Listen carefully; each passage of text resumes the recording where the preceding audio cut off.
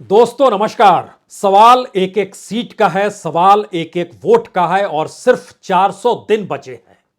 और आज की तारीख में तो 399 दिन बचे हैं। इन 400 और 399 के चक्कर में ना फंसिए, समझने की कोशिश कीजिए कि 400 दिनों के बाद 2024 के लोकसभा चुनाव का चुनाव आयोग नोटिफिकेशन जारी कर देगा।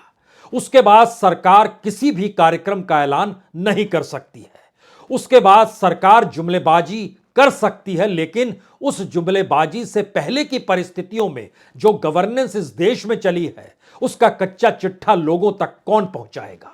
और इतना ही नहीं, जब सवाल एक एक सीट का है तो फिर आप लोगों के साथ जुड़ते चले जाइए और आत्मविश्वास से लबरेज ना रहिए कि मोदी है तो चुनाव जीत जाएंगे। यह शब्द खुद प्रधानमंत्री नरेंद्र मोदी के बीजेपी की कार्यकारिणी के भीतर के हैं, जो इस संकेत को और हवा दे रहे हैं कि दरअसल बीजेपी के भीतर कोई यह ना समझे कि वह चुनाव जीत सकता है। उसे लोगों तक पहुंचना होगा और लोगों के सामने जो टारगेट है वो टारगेट इसलिए महत्वपूर्ण है क्योंकि जिस तबके और जिस उम्र और जिस समुदाय या जिस धर्म को लेकर भाषण दिया गया वह कटघरे में बीजेपी को खड़ा करता है, चाहे वो पासमानदा मुस्लिम समाज हो, चाहे मुस्लिम ही क्यों ना हो, चाहे ईसाई ही क्यों ना हो। और इस फहरिस्त में तमाम जातियों से चलते चलते 18 से 25 बरस का युवा जो मौजूदा वक्त में बेरोजगार है, काम नहीं है, मजदूरी तक कर पाने की स्थिति में नहीं है, उस तक भी बीजेपी को पहुंचना है। वो सांसद हो, वो विधायक हो, वो कार्यकर्ता हो। यह संकेत है दरअसल 2024 के लिए बीजेपी के भीतर कमर कसने का। तो क्या हिंदुत्व पर सवार बीजेपी को पहली बार यह भी महसूस हो रहा है कि कहीं विपक्ष को लेकर इस देश के भीतर में जो धारणाएं बदल रही हैं, चाहे अलग अलग गुटों में विपक्ष बटा हुआ नजर आए, मसलन आज खम्माम में नजर आया और उधर दूसरी तरफ 30 तारीख को कश्मीर में नजर आएगा। वहां राहुल गांधी होंगे, यहां केसीआर है। केसीआर के साथ 4 राज्यों के मुख्यमंत्री, उसमें केरल के मुख्यमंत्री, पंजाब के, दिल्ली के और केसीआर खुद, एक पूर्व मुख्यमंत्री अखिलेश यादव। और दूसरी तरफ तमाम विपक्ष के नेताओं को निमंत्रण कांग्रेस ने दिया है कि राहुल की पदयात्रा के समापन के वक्त वो मौजूद रहे। लेकिन लोगों के जहन में विपक्ष कहीं नहीं है। लोगों के जहन में बीजेपी है, लोगों के जहन में नरेंद्र मोदी है। बीजेपी और नरेंद्र मोदी और उसके साथ आरएसएस, इन तीन की मौजूदगी लोगों के जहन में है। और इस दौर में यानी जब 2024 के चुनाव हो रहे होंगे तो 2014 से जुड़ते हुए 2024 तक का कच्चा चिट्ठा लोगों के जहन में होगा। इसीलिए सचेत पहली बार नरेंद्र मोदी बीजेपी के कार्यकर्ताओं को, विधायकों को या सांसदों को या मंत्रियों को यह कहकर नहीं कर रहे हैं कि विपक्ष पर कैसे वार करना है। वह सिर्फ यह कह रहे हैं कि हमारे कार्यक्रमों को बढ़ चढ़कर लोगों तक पहुंचाइए। 18 से 25 बरस के युवाओं के सामने वह कच्चा चिट्ठा रखिए कि अतीत में कितनी करप्ट सरकारें हुआ करती थी। यानी उस दौर में जिक्र यहां भी विपक्ष का नहीं है, अतीत के गवर्नेंस और अतीत की सरकारों का है। पसमानदा समाज, पसमानदा का मतलब होता है समाज में जो पिछड़ा हुआ हाशिए पर का तबका होता है, जो मुस्लिमों के भीतर जिनकी तादाद 80% है, उनके तक पहुंचिए और उन्हें अपनी बातों से अवगत कराइए कि बीजेपी उनसे हटकर नहीं है, उनसे अलग नहीं है, उनके बारे में भी वह सोचती है। ईसाइयों के बीच भी जाइए, उनसे भी संवाद बनाइए, क्योंकि संवाद इस दौर में लगता है जैसे कट गया है। दरअसल यही वो कुंजी है जो नरेंद्र मोदी 2024 के लिए खोज रहे हैं, लेकिन यहीं पर वह ताला है जो जनता के भीतर, उस ताले की चाबी किसको सौंपी जाए, यह सवाल धीरे धीरे बड़ा होते चला जा रहा है। क्योंकि गवर्नेंस का जो प्रभाव लोगों पर पड़ा, 18 से 25 बरस तक के बच्चों को अपने साथ समेटने का जो जिक्र प्रधानमंत्री नरेंद्र मोदी ने बीजेपी की कार्यकारिणी में किया, उसका एक मतलब सिर्फ इससे समझ जाइए कि इस देश के भीतर में सबसे बुरी हालत में जो 18 से 25 बरस का युवा है, जिसके पास डिग्री नहीं है, जो कॉलेज नहीं जा रहा है, जो सिर्फ मजदूरी करता है, किसानी करता है, उनकी तादाद इस देश में तकरीबन 10 करोड़ के लगभग हो चली है। उस दायरे में 25 का मतलब यह हुआ कि आने वाले वक्त में यह 18 से 30 बरस के दायरे को देखा जा रहा है। और मनरेगा का एक डाटा यहां पर आपको बताने की जरूरत है। जब नरेंद्र मोदी प्रधानमंत्री बने तो लगभग 6.5 करोड़ 18 से 30 बरस के युवा मनरेगा में काम के लिए अपना रजिस्ट्रेशन कराने पहुंचे। और आज की तारीख यानी पिछले बरस का जो डाटा निकल कर आया वह 10 करोड़ का बतलाता। यानी स्थिति समाज के भीतर आर्थिक तौर पर नाजुक है। कैसे उस युवा तबके को उनकी जरूरतों के आश्रय नहीं बल्कि भारत की राजनीति का अतीत का पाठ पढ़ाते हुए मौजूदा वक्त से आंख मूंदने की दिशा में ले जाने की सोच भी इस कार्यकारिणी से निकली। और हर कोई बैठा हुआ था। हमारे पीछे एक दृश्य है, इस दृश्य को देखिए, जरा ध्यान से देखिए।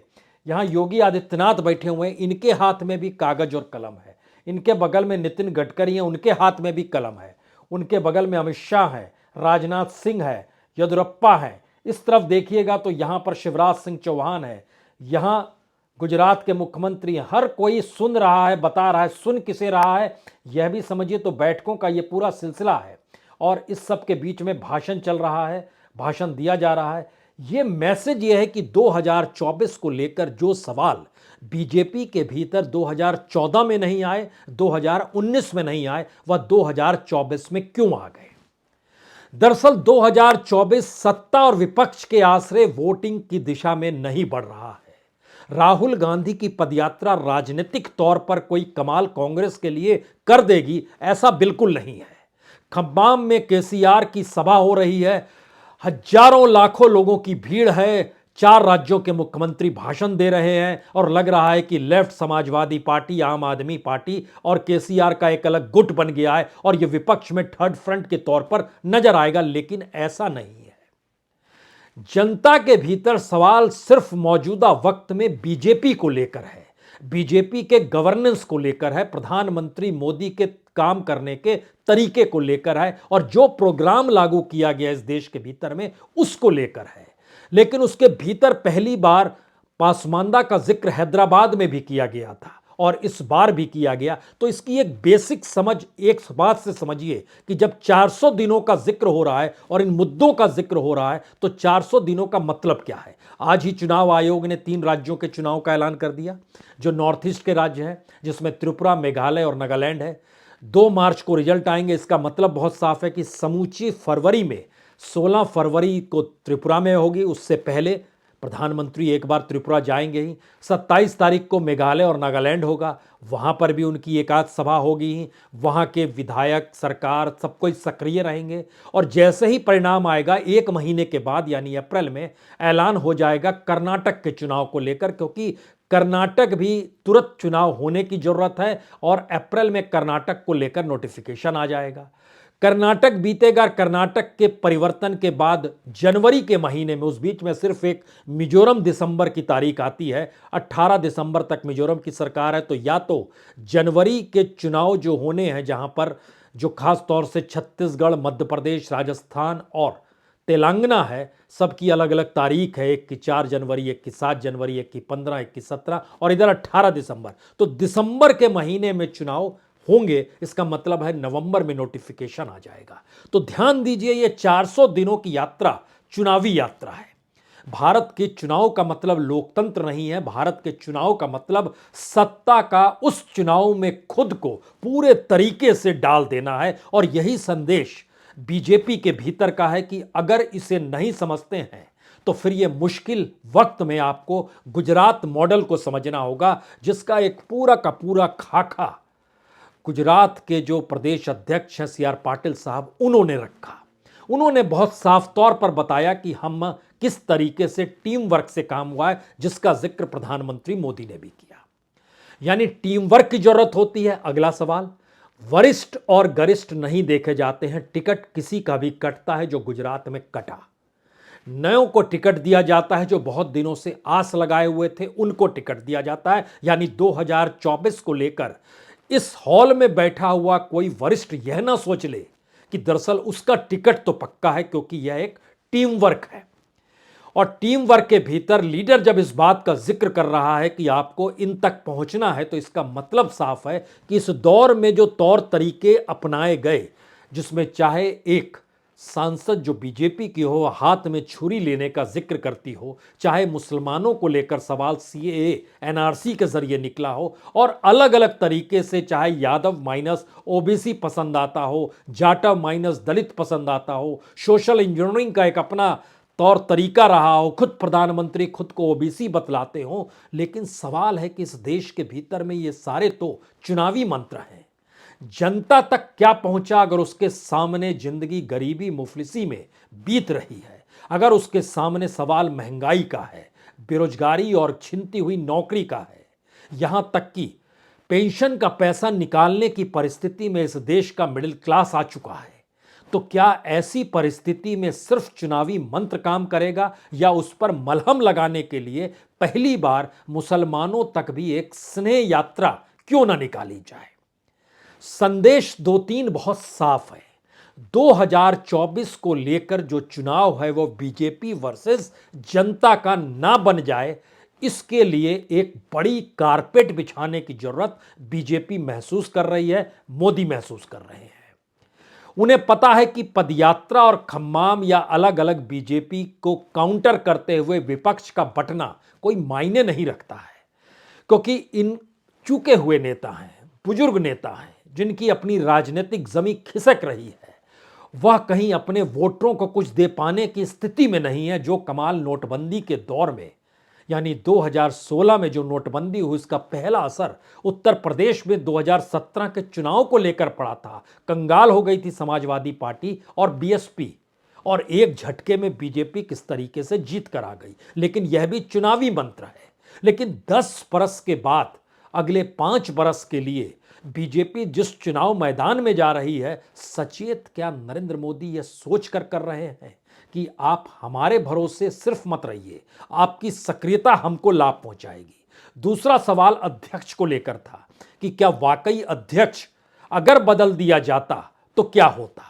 अध्यक्ष बदला जाए या ना बदला जाए, इसके ऊपर का मंथन और निर्णय अब यह बतलाता है कि कोई भी परिवर्तन अगर होता है तो यह 2024 के मद्देनजर ही किया जा रहा है। यह संकेत बहुत साफ होगा, और इसके लिए कैबिनेट का विस्तार, यानी मोदी सरकार के भीतर मंत्रिमंडल को फेंटा जाएगा। हो सकता है बजट से पहले ही यह कर दिया जाए, वही काफी है। अध्यक्ष अगर बदल दिया जाता या XYZ कोई शख्स अध्यक्ष के तौर पर आता, तो क्या 2024 की जीत का सेहरा उस अध्यक्ष के माथे पर सजता? तो फिर ऐसे में नरेंद्र मोदी की मौजूदगी बीजेपी के भीतर, जो बीजेपी से बड़ी हो गई और समूची बीजेपी उन्हें किसी जादूगर की तरह देख रही है कि यह चुनाव जिता देंगे, तो नरेंद्र मोदी क्यों सचेत कर रहे हैं कि आप आत्मविश्वास से लबरेज मत रहिए। आपको हम देख चुके हैं, एक वक्त मध्य प्रदेश में आप ये मानकर चल रहे थे कि दिग्विजय सिंह हार जाएंगे, लेकिन आपका आत्मविश्वास आप ही को लेकर डूब गया, और उस वक्त दिग्विजय सिंह भी जीत गए मध्य प्रदेश में। यह दरअसल जो एग्जाम्पल दिए जा रहे हैं और जो फैक्ट्स परोसे जा रहे हैं, उनके भीतर का सच क्या है? अब जरा इस सच पर आइए, ऐसा क्यों कहा गया? इसका मैसेज बहुत साफ है कि भारत के भीतर अगर 80% पासमानदा समाज है, तो भारत की जो एवरेज मुस्लिमों की तादाद है, उस एवरेज से ऊपर बंगाल में जाइएगा तो 27% मुस्लिम है, वहां 42 सीट है। उत्तर प्रदेश में आइएगा तो लगभग 19.5% मुसलमान है, वहां पर 80 सीट है। बिहार में आइएगा तो वहां 40 सीट है और तकरीबन 16-17% मुसलमान है। केरल में जाइएगा तो वहां भी लगभग 26-27% मुसलमान है, वहां की 20 सीट है। यानी बंगाल, यूपी, बिहार, केरल 182 लोकसभा की सीट के दायरे में अगर इनका एवरेज निकालिएगा तो यह तकरीबन 20% एवरेज बनता है मुसलमानों का। अगर 20% मुसलमान पूरे तरीके से एंटी हो गया, तो एक भी वोट बैंक, वो ओबीसी के भीतर का हिस्सा हो, वो दलित के भीतर का हिस्सा हो, या अपर कास्ट के भीतर के कुछ सवाल हो, या आर्थिक तौर पर कमजोर ऊंची जाति का ही तबका क्यों ना हो, अगर निराश होगा वो, और वो जरा सा टिल्ट कर गया तो एक झटके में उस जगह के छत्रप या उस जगह की राजनीति बीजेपी के एक झटके में खिलाफ चली जाएगी, जैसा देखने को आया केरल में, तमिलनाडु में और आंध्र में, जहां बीजेपी को एक भी सीट नहीं मिली। छत्रपों के तौर पर चुनौती देते हुए 4 राज्य खड़े हुए हैं, जिसमें एक तेलंगाना है। इनको भी 9 सीट मिली थी लोकसभा की 17 में से। ममता बनर्जी खड़ी हुई हैं, इनकी ताकत भी बीजेपी नहीं आंक पाई शुरुआती दिनों में, अब समझ रही है। नवीन पटनायक खड़े हुए हैं, इनकी ताकत भी उसी रूप में। और चौथे छत्रप के तौर पर केजरीवाल का उदय पंजाब के भीतर हुआ है, जो एक बीजेपी के लिए खतरे की घंटी है। इसीलिए वो हर हाल में ये सोच रहा है कि कैसे अपने साथियों को साथ लिया जाए। लेकिन बड़ा सवाल यह है कि अगर इस तरीके से पहली बार महसूस कर रहे हैं तो मतलब 80-20 का खेल 2024 में नहीं चलेगा। यह पहला मैसेज निकल कर आया, क्योंकि इसके बाद की परिस्थिति में भी आइएगा तो दिल्ली में भी लगभग 12.5% मुसलमान तो हैं, और केजरीवाल की मौजूदगी, और यहां 7 सीट है लोकसभा की। 7 सीट दोनों बार 14 और 19 दोनों बार बीजेपी ने जीती। इस बार स्थिति नाजुक तो नहीं हो जाएगी? दिशा इस तरफ भी है प्रधानमंत्री मोदी की, जो बीजेपी के अगुवा करते हुए नेता हैं।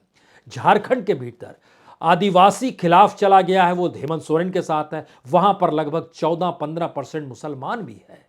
यह दोनों परिस्थिति एक झटके में कहीं बीजेपी का सुपड़ा साफ तो नहीं कर देगी, जहां पर अभी तक वह आदिवासियों को लेकर वोट साधती रही। क्या ये नई परिस्थिति बीजेपी के सामने तो नहीं खड़ी होगी? उत्तराखंड में देखिए, लगभग 14% मुस्लिम तो वहां भी है, वहां भी 5 लोकसभा की सीट है। कश्मीर का और लक्षद्वीप का जिक्र नहीं करेंगे, क्योंकि यहां हिंदू अल्पसंख्यक में आते हैं। 68-59% जम्मू कश्मीर में मुस्लिम है, और कश्मीर के इलाके में तो उनकी तादाद 90% है। वहां के बारे में अभी तय होना है कि कितनी सीटें आएंगी। लक्षद्वीप की एक ही सीट है, लेकिन वहां 98% मुस्लिम्स हैं। तो मुस्लिम समाज को साधने की जरूरत सिर्फ इसलिए जरूरी है कि दरअसल मैसेज ये ना जाए कि हम 80-20 की दिशा में जा चुके हैं, और उस 80 के भीतर भी जो सवाल बेरोजगारी, महंगाई, तमाम मुश्किल हालातों से जूझते हुए, परेशानियों का सबब और पोटली उठाए हुए और डायरेक्ट बैंक ट्रांसफर पर टिका हुआ जो समाज है, उसके भीतर के सवालों का जवाब कौन देगा? इसीलिए यह जिक्र हो रहा है कि मुश्किल आ सकती है, आप सरोकार और संबंध और लोगों के दरवाजे तक पहुंचने की जरूरत है। यह पहला सवाल निकलता है मुस्लिम समाज के भीतर से। दूसरा सवाल, जो बड़ा सवाल है, वो 18 से 25 बरस के युवाओं का है। सबको पता है कि नोटबंदी के वक्त तकरीबन 15 लाख नौकरियां गई। सबको पता है इस देश में कोविड काल में, लॉकडाउन के वक्त, जो अब प्रवासी मजदूरों की तादाद थी देश भर में तकरीबन 12 करोड़ की, जब वो अपने अपने घर लौट रही थी, उसमें युवाओं की तादाद बहुत ज़्यादा थी। और अब तो उसके बाद चीज़ें और आगे बढ़ी हैं। जिनके पास पुराना काम था वो काम भी नहीं रहा, अनऑर्गेनाइज सेक्टर पूरे तरीके से बिखर गया। तब सवाल ये है कि क्या उन्हें इस आधार पे साधा जा सकता है कि बताया जाए कि इससे पहले की जो सरकारें थी वह दरअसल कितनी करप्ट हुआ करती थी, और हमारे ऊपर करप्शन का एक चार्ज भी नहीं है, तो आप हमारे साथ क्यों खड़े होंगे या क्यों खड़े होना चाहिए? क्योंकि 18 से 25 की उम्र जो होती है, बड़ी आदर्श तौर पे बीजेपी देख रही है। पुराने दौर में ये कम्युनिस्ट हो जाते थे, ये मानकर चला जाता था, लेकिन मौजूदा वक्त में जब कांग्रेस ने ही पूरे वामपंथी धारा को अपने भीतर समेट लिया, मुद्दों के आश्रय किसान मजदूर का जिक्र होने लगा, एंटी कॉरपोरेट या अंबानी अडानी का जिक्र ये कहते हुए होने लगा कि ये कॉरपोरेट बीजेपी के हैं, तो ये मैसेज नया निकल कर आया कि इस वोट बैंक को साधना क्यों जरूरी है, क्योंकि इनकी तादाद राजनीतिक तौर पर बड़ी प्रभावी होती है। वह बूथ से लेकर तमाम रैलियों में इनका योगदान, इनकी ऊर्जा के साथ नजर आता है। अब यहां का दूसरा, इसके 2 सवालों के बाद तीसरा सवाल आता है। कोई भी ये कहेगा कि बीजेपी खुद को हिंदूवादी पार्टी कहती है और मुस्लिम और पसमानदा समाज का जिक्र कर रही है, तो वह हिंदू पार्टी नहीं रही क्या? और दूसरी तरफ कांग्रेस या दूसरे विपक्ष की पार्टियां जो है, ये मुस्लिम तुष्टीकरण से जोड़ी जाती है, लेकिन इनकी जुबान से मुस्लिम शब्द नहीं निकलता है, क्योंकि यह हिंदू वोट बैंक को साधना चाहते हैं। यानी राजनीतिक लड़ाई किस लोकप्रिय अंदाज में लड़ी जा रही है, यह भी समझिए। बीजेपी मुस्लिम कहती है, कांग्रेस और दूसरी पॉलिटिकल पार्टी मुस्लिम कहने से कतराती है। उनको भरोसा है ये वोट उन्हीं के पक्ष में पड़ेंगे, वो एंटी बीजेपी हो जाएंगे और बीजेपी पहली बार उनको ताड़ने निकल रही है। यह एक नया मैसेज 2024 को लेकर है।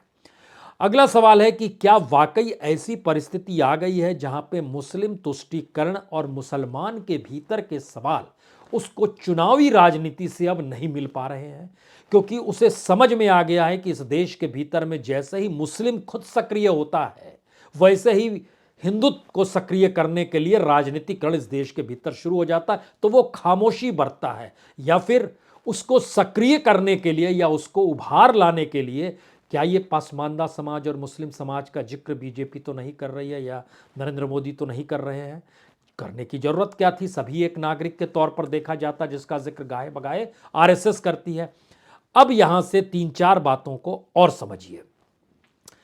गैर जरूरी मुद्दों पर टिप्पणी ना करें, फिल्म को लेकर ना करें। जो मुद्दे इस दौर में आ रहे थे, जिसको फ्रिंज एलिमेंट बीजेपी ने उपयोग में लाया और फ्रिंज एलिमेंट ने कमाल की राजनीति को साधा और बीजेपी को लाभ पहुंचाया, और उस पूरे प्रोसेस में चले जाइएगा तो आपको हो सकता है भीड़ तंत्र भी इस देश का याद आने लगे। 2015-16 के वक्त में कैसे सड़क पर खेल हो रहा था, खूनी खेल खेला जा रहा था, राजनीतिक तौर पर उस पर और कानून के राज के भीतर उसको लेकर कोई सवाल नहीं उठ रहे थे।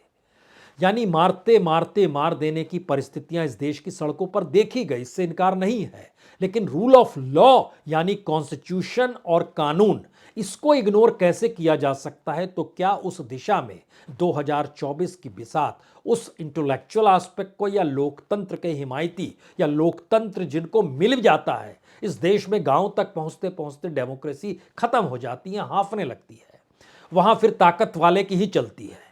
लेकिन जो शहरी इलाके हैं, मसलन दिल्ली का ही इलाका ले लीजिए, यहां पर लोकतंत्र कानून के राज के तौर पर मौजूद तो है, ऐसा लगता है कई बार, वह भी छलनी सा लगता है। तो मैसेज है कि गैर जरूरी मुद्दों पर टिप्पणी करने की क्या जरूरत है। गुजरात मॉडल उसके समकक्ष खड़ा है, जहां पर कोई ना सोचे, वो वरिष्ठ है, टिकट मिल जाएगा। 18 से 25 साल के बच्चों और लड़कों को पहली बार वोट देने जाएंगे, या साथ उनको कैसे लेकर आना, और अतीत की राजनीति को, क्योंकि वो अतीत की राजनीति के समकक्ष खड़े हुए नहीं हैं। इसी तरीके से जिन बातों का जिक्र अब चुनावी प्रक्रिया से शुरू हो रहा है, उसमें 3 राज्यों में जहां चुनाव होने हैं, और उसके बाद चौथा राज्य मिजोरम का आएगा, जहां की नॉर्थ ईस्ट के जो सवाल हैं, इन सवालों को भारत की मेन स्ट्रीम राजनीति से कैसे जोड़ा जाए, और मेन स्ट्रीम की राजनीति को इस देश के चारों तरफ कैसे जोड़ा जाए, और इसमें कितनी सक्रियता किस रूप में बीजेपी के लोगों की रहे, इसका बिसात तो बिछाई गई। लेकिन आखिर के 3 सबसे बड़े सवाल 2024 को लेकर बीजेपी के भीतर बेचैनी इस बात को लेकर है कि विपक्ष बट रहा है तो भी कोई ध्यान नहीं दे रहा है, विपक्ष एकजुट हो रहा है तब भी कोई ध्यान नहीं दे रहा है। तो क्या 2024 का चुनाव जनता और बीजेपी के बीच तो नहीं हो जाएगा? पहला सवाल। दूसरा सवाल, बीजेपी के अगर सांसद, विधायक, कार्यकर्ता, जो पूरा कैडर है, सक्रिय नहीं हुआ, और अगर उसने इस दौर में रेड कारपेट उन तबकों के लिए नहीं बिछाई जो परेशान हैं महंगाई से, मुफलिसी से, 80-20 के खेल से, सीए एनआरसी को लेकर, या किसी भी एस्पेक्ट में उसके साथ अगर रेड कारपेट पे खेल खेलना नहीं शुरू किया, तो वह एक झटके में स्थिति 2024 की बीजेपी वर्सेस जनता की लाकर खड़ा कर सकता है। यह दूसरा सवाल है।